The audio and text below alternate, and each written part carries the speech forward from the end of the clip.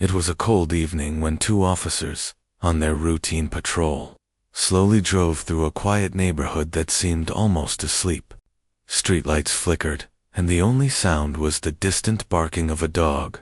Just as they were about to turn back toward the main road, one of them noticed something strange near a closed grocery store, a small figure sitting alone on the steps. They stopped the car, thinking it might be a runaway or a lost child. As they stepped out, the boy didn't flinch or try to escape. He sat still, his tiny frame hunched, clutching an old backpack that seemed too light to hold anything important. His clothes were dusty, his shoes worn out, and his face carried the kind of tiredness no child should ever know. The older officer crouched down to meet his eyes and gently asked, "Hey there, are you okay?" The boy slowly looked up, his eyes dark with exhaustion, but strangely calm. What he said next made both officers freeze. In a soft, steady voice, he whispered, "Can you arrest me, please?" For a moment, neither of them knew how to respond. It wasn't fear they heard in his voice. It was something deeper, something heavy. The younger officer blinked, confused, thinking he had misheard. "What did you say?" he asked quietly.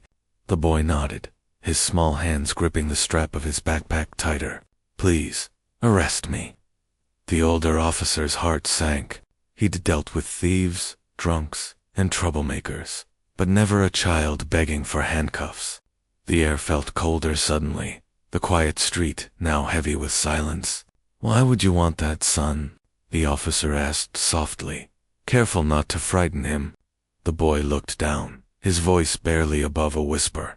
"Because if I go to jail, I'll have a place to sleep, and maybe something to eat."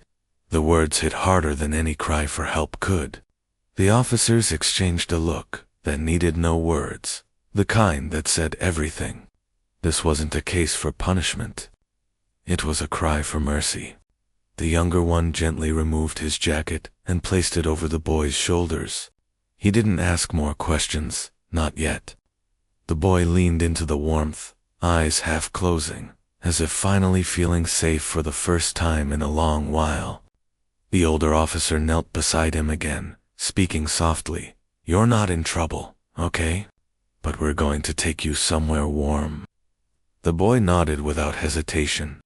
As they guided him to the car, the streetlight above them flickered once more, as if marking the start of something neither of them expected. They didn't know who he was or where he came from, but one thing was certain: this night was not just another patrol. It was the beginning of a story that would change all their lives forever. The two officers stood in stunned silence, unable to process what they had just heard. The older one, whose years on the job had hardened him against many sad stories, felt a strange ache in his chest. Slowly, he crouched down to meet the boy's eyes, trying to understand. The child looked so small under the dim streetlight, no taller than the officer's chest, his shoulders thin, his backpack hanging loosely, as if it carried the last bit of his world. "Why do you want to be arrested, kid?" the officer asked softly, expecting maybe a mischievous answer, something silly. But the boy's response was nothing like that.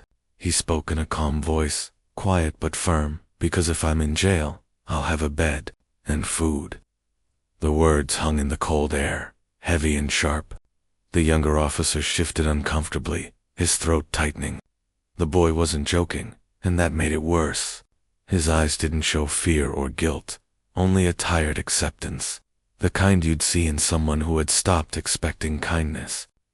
The older officer exhaled slowly, trying to keep his voice steady.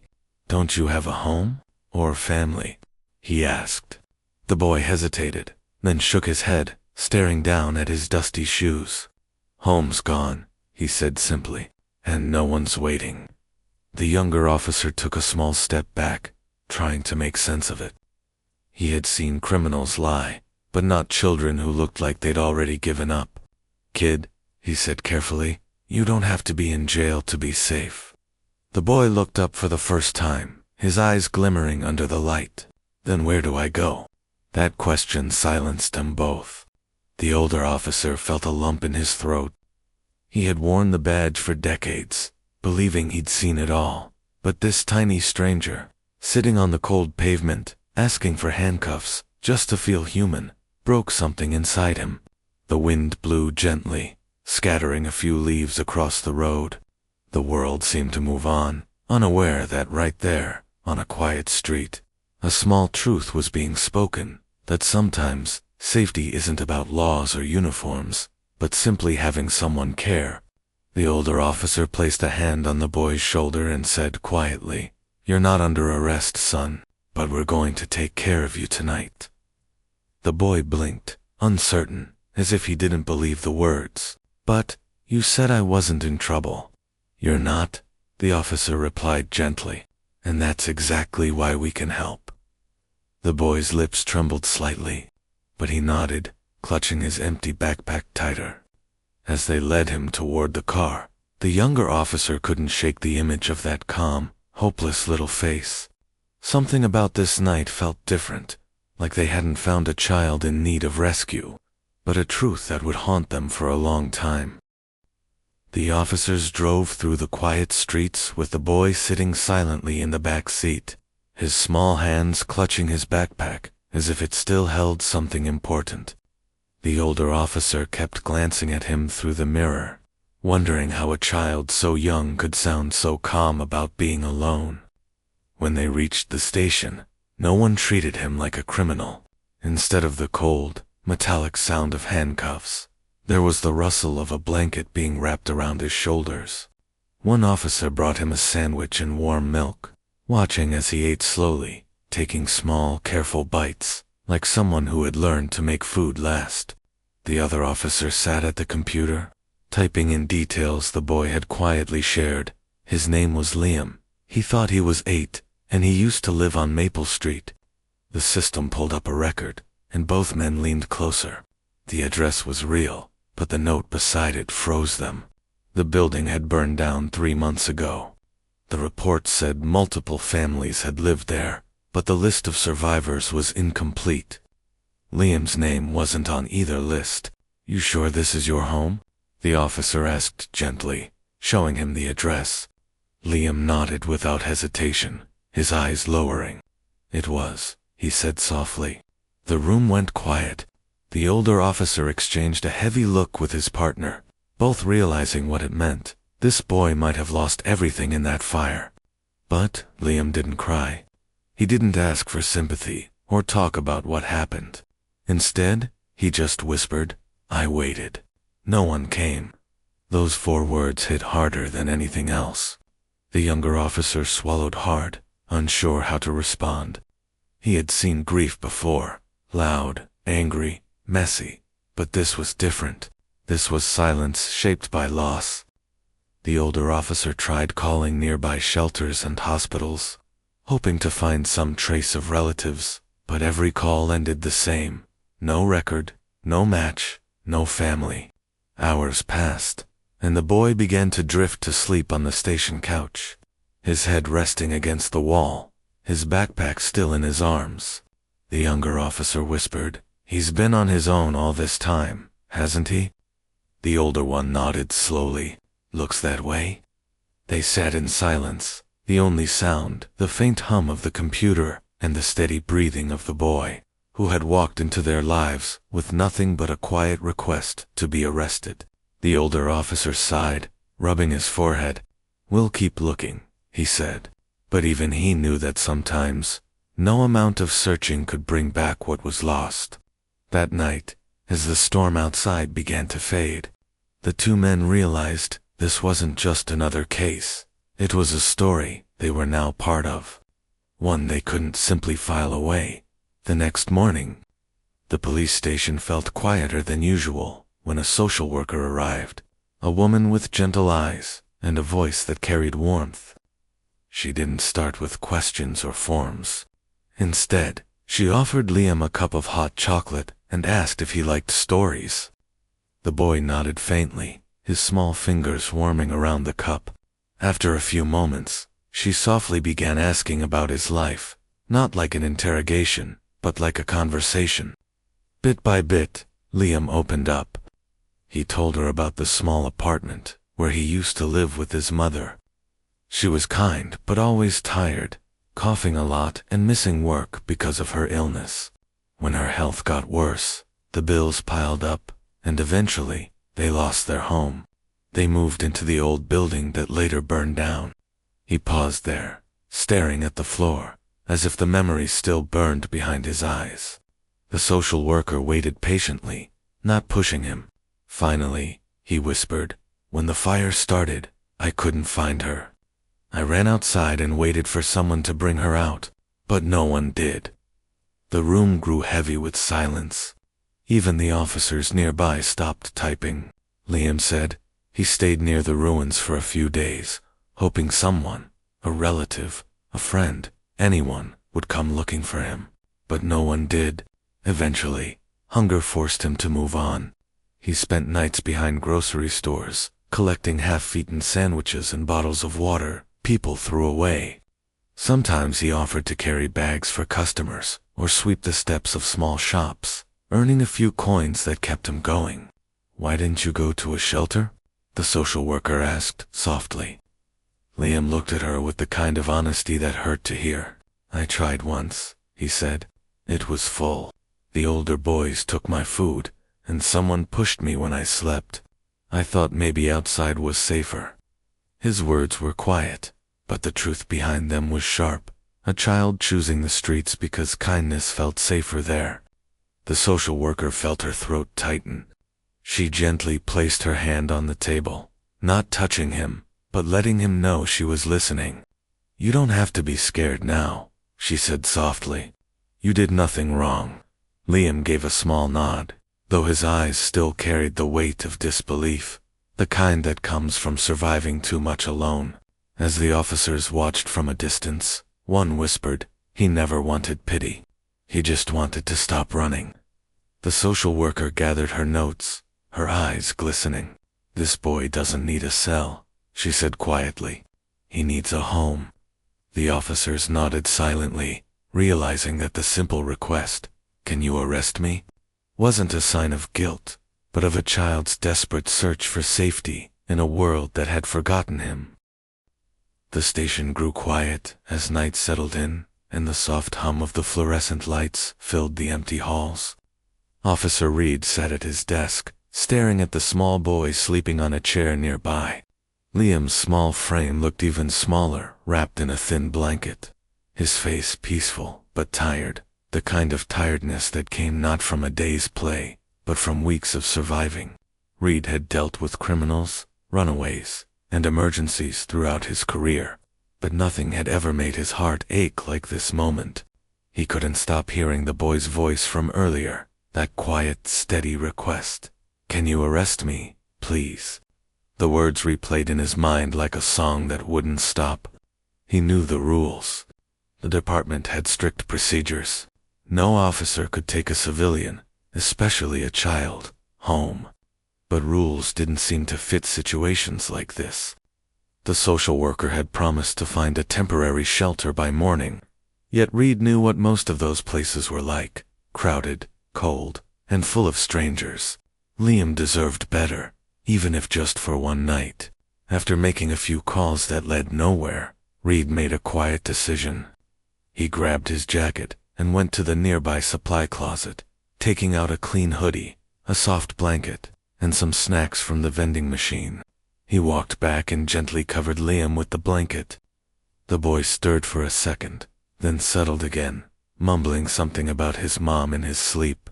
Reed swallowed hard, the lump in his throat refusing to go away. He knew he couldn't take the child home, but he could make this place feel less like a station and more like safety, even if only for a few hours. He turned on the small TV in the break room, searching for something light. Cartoons flickered on the screen, their colors bright against the dull walls. When Liam woke up, he blinked in confusion, then smiled faintly at the sight. Reed sat beside him, handing over a cup of warm cocoa from the machine. "You like these?" he asked. Liam nodded shyly, sipping it slowly, his eyes glued to the screen. For a brief moment, he wasn't the boy from the streets or the child from the fire. He was just a kid, laughing softly at a cartoon. Reed stayed beside him the whole time, watching him laugh, eat, and finally grow drowsy again. As Liam drifted to sleep, leaning slightly against his arm, Reed realized that his duty wasn't just about enforcing laws. It was about being human enough to see when someone needed more than rules, when they needed compassion. He whispered quietly, "You're safe now, kid," though he wasn't sure the boy heard. As the night deepened, Reed looked out the window, the city lights reflecting in his tired eyes. For the first time in years, the phrase "protect and serve" didn't feel like a slogan. It felt like a promise, one he intended to keep. The sun had barely risen when the soft buzz of conversation filled the police station. Word had spread overnight about the little boy who had walked up to two officers and asked to be arrested. Not for crime, but for survival. It wasn't an ordinary story, and everyone in the building felt it. Some officers who had seen everything in their careers, from robberies to rescues, found themselves quietly moved by what they'd heard. The night shift had ended, and as the morning crew arrived, they were greeted not by reports or cases, but by the sight of a small boy still sleeping in the break room chair, wrapped in a police jacket far too big for him. Officer Reed stood by the coffee machine, watching over him like a silent guard. There was something about Liam's presence, fragile yet strong, that made everyone pause. Without anyone saying much, small acts of kindness began to appear. One officer brought in a clean pair of shoes from home, guessing the boy's size. Another left a box of granola bars and juice packs on the counter. Someone else came in with an old backpack, still in good shape, and placed it quietly beside Liam's empty one. Even the usually stern captain walked in, looked around at the quiet generosity, and instead of interrupting, simply nodded his approval.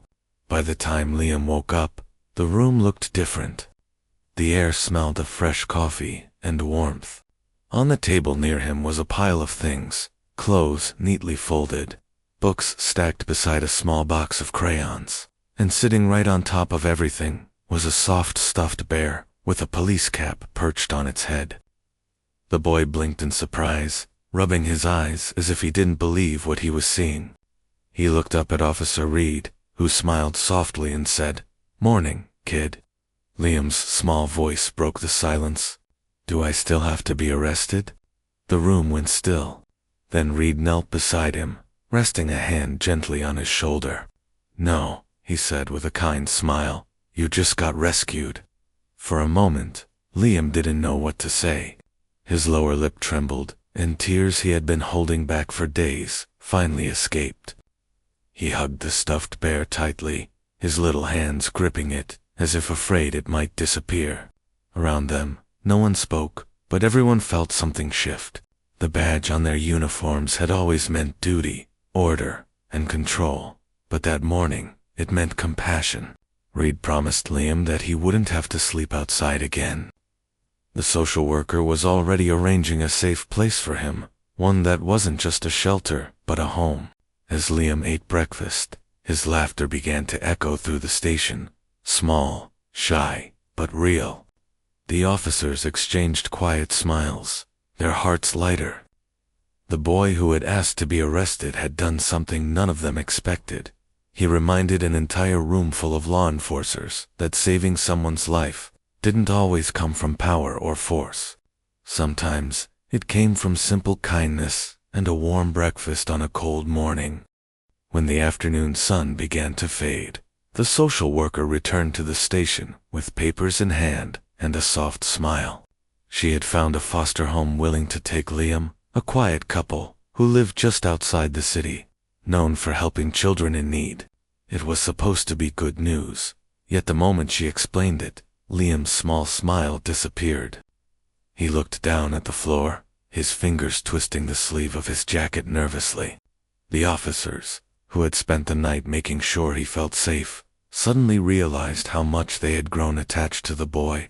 Officer Reed crouched beside him and said gently, "Hey, this isn't goodbye, okay?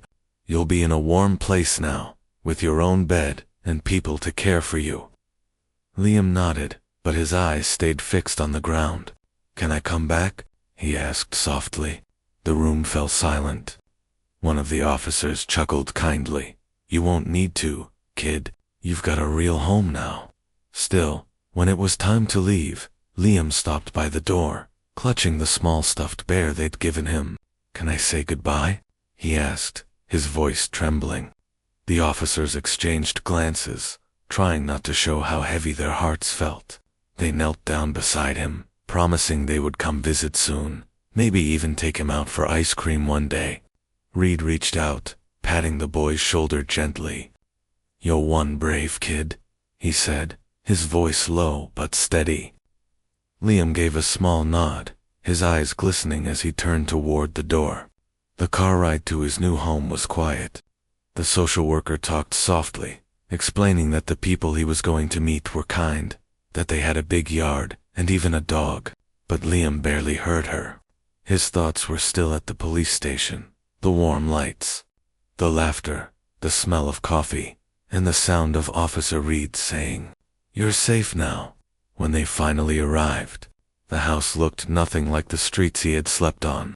It was small but cozy, with yellow curtains and flower pots by the window. The foster mother greeted him with a kind smile, her husband standing behind her, holding a tray of cookies. They spoke to him gently, showing him his room, a real bed with soft sheets, a small desk, and a night lamp shaped like a moon.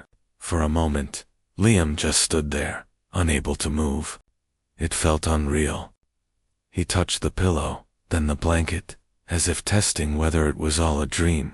When the door finally closed, and he was alone, the silence felt strange, not empty, but peaceful. He placed the stuffed bear beside him, pulled the blanket up to his chin, and stared at the soft light of the lamp. His eyes grew heavy, but before sleep came, he whispered into the quiet room, Maybe good people do exist.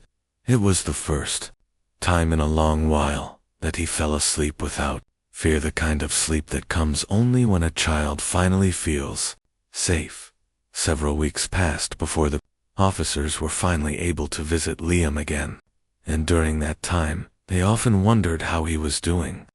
The station had been unusually quiet, without the sound of his soft laughter echoing in the break room or the sight of him curled up on the couch, clutching the stuffed bear they'd given him. When they pulled up outside his new foster home, the late afternoon sun was spilling golden light across the small front yard, where a swing hung gently from a tree branch. The door opened before they could even knock. Liam came running out, his face glowing with excitement. His hair was a little longer, his cheeks rounder from regular meals, and his clothes clean and neatly tucked in. You came? He shouted, rushing into their arms. Both officers laughed, their hearts swelling at how different he looked. No longer the lonely boy on the steps of the store, but a child with hope in his eyes. We promised, didn't we? Officer Reed said, ruffling his hair. Liam grabbed their hands and pulled them inside before they could even reply. The house smelled of cookies and fresh paint. On the walls were crayon drawings, animals, trees, and something that caught their eye immediately, a big drawing of a police car with 2 smiling officers inside. That's you, Liam said proudly, pointing to the stick figures with blue hats. And that's me, helping you. One of the officers laughed softly, pretending to examine the details. You drew this? He asked. Liam nodded quickly, his eyes shining. I draw every day now. My teacher says I'm good at it. I told her I'm gonna be a police officer one day. The room went quiet for a second. Reed crouched down to his level and asked, Why do you want to be a police officer, kid? Liam hesitated, his small hands gripping the edge of his drawing paper. Then he looked up and said something that made their throats tighten. Not to arrest people, he said softly. I just want to help them, like you helped me. For a moment, no one spoke. The weight of his words settled like a warm ache in their chests. The foster parents watched quietly from the doorway, their eyes misty with pride. Reed finally managed to smile, patting Liam's shoulder gently, "That's the best reason I've ever heard," he said. Liam beamed, showing them his new school books and a small badge-shaped sticker his teacher had given him for good behavior. When it was time for the officers to leave, Liam followed them out to the yard, waving until their car disappeared down the road. Inside the patrol car, neither of them spoke for a while. Finally, one of them whispered, "That kid's gonna change the world one day." Reed nodded, staring at the road ahead. "He already did," he replied quietly, his voice thick with emotion, "because sometimes the people you save end up saving you right back." Months slipped by, and the little boy once found on the cold streets had now become a symbol of quiet hope. Liam had settled well into his new home, going to school every morning with a smile that made everyone's day brighter.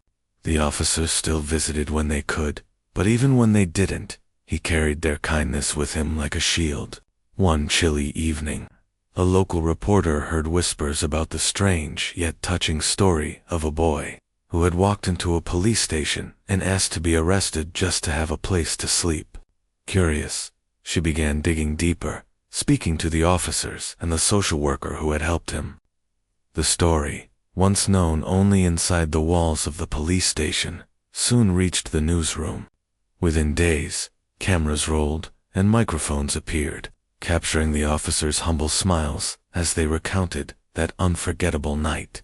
When the segment aired, it spread faster than anyone expected. The anchor's soft voice narrated the story, a little boy's desperate plea for safety, and the officers who chose compassion over cold procedure. The footage showed Liam's drawings, the toy bear, and the kind smiles that had changed his life. Across the city, people stopped what they were doing to watch. In homes, cafes, and police stations, the story stirred something deep inside hearts that had long been tired of bad news. Some cried quietly, others shared it online with captions like, "Faith in humanity restored." Messages flooded the police department, letters, donations, offers to help foster kids like Liam. Even the mayor's office called, asking to meet the officers for a small recognition ceremony. But for them, no award could compare to the memory of that night, the fear in the boy's voice when he said, "Please arrest me," and the peace that replaced it when he finally fell asleep, safe and warm. Liam watched the news clip from his foster home, sitting cross-legged in front of the TV. His foster mom smiled as his eyes widened in surprise. "That's me," he said, pointing to his younger self in the footage. The camera had caught him hugging the officer's arm, and seeing it now made his throat tighten. "They told my story," he whispered. His foster mom placed a gentle hand on his shoulder. "Yes, sweetheart," she said softly, "because it's a story people need to hear." That night, as city lights twinkled outside the window, Liam lay awake, thinking of how far he'd come from sleeping behind stores to being seen by the whole world. Somewhere in the quiet, he smiled to himself, realizing that sometimes the smallest kindness could echo louder than anything else. And far away, in a small police station, two officers watched the same news clip in silence, their eyes reflecting both pride and gratitude. They hadn't just saved a boy, they had reminded the world what it truly means to care. Years later, the city had changed. Taller buildings, faster cars, brighter lights, but one small office in a quiet government. Building still held the same warmth that once saved a little boy's life. Liam, now grown and wearing a simple name badge that read Social Worker, Liam Turner, stood in front of his desk on his first day at work. His hands trembled slightly, not from fear, but from the deep weight of memory. He had come a long way from that cold night when he had asked the officers to arrest him. Every hardship, every tear, every kind word had shaped him into the person he was now. As he looked around the modest office, a desk, 2 chairs, a faded poster about hope, he smiled softly. "This is where it begins," he whispered to himself. But before he could even settle in, the receptionist called him. "Liam, there's a child here who won't speak to anyone," she said gently. Liam's heart tightened. When the door opened, a small boy stepped inside, no older than 8, his clothes too thin for the weather, his eyes wide and frightened. He clutched an old backpack, the same way Liam once had. The room fell silent for a moment, as if time itself recognized the connection between the two. Liam slowly knelt down, making sure not to scare him. "Hey buddy," he said softly. "You're not in trouble. You're safe now." The words left his lips naturally, the same words that had once saved him years ago. The boy's trembling stopped, and for the first time, his shoulders relaxed. Liam offered him a sandwich from his desk drawer, and the child took it carefully, eating in quiet bites. Watching him, Liam felt something stir deep inside, a mix of pain and gratitude. He saw himself in that boy, lost, scared, and waiting for someone to care. When the boy finished eating, Liam asked gently, "What's your name?" The child whispered, "Evan." And with that, the story seemed to come full circle. Liam promised to help him find a safe place, not just for the night, but for a new beginning. As the day passed, Liam walked Evan through the same process he once went through, the paperwork, the calls, the calm reassurance that things would be okay. But unlike years ago, this time, Liam was the one giving hope, instead of receiving it. As the sun set outside, golden light filled the room, and Liam realized something powerful. Compassion doesn't end when it's given. It lives on in those who receive it. That night, as he locked his office, he looked back one last time and whispered, "Thank you," remembering the officers who once refused to see him as just another case. Now, he understood the true meaning of kindness. It wasn't about grand gestures, but about small, human moments that could change a life forever. And so, the circle continued, one heart reaching another, proving that love, once shared, never really ends.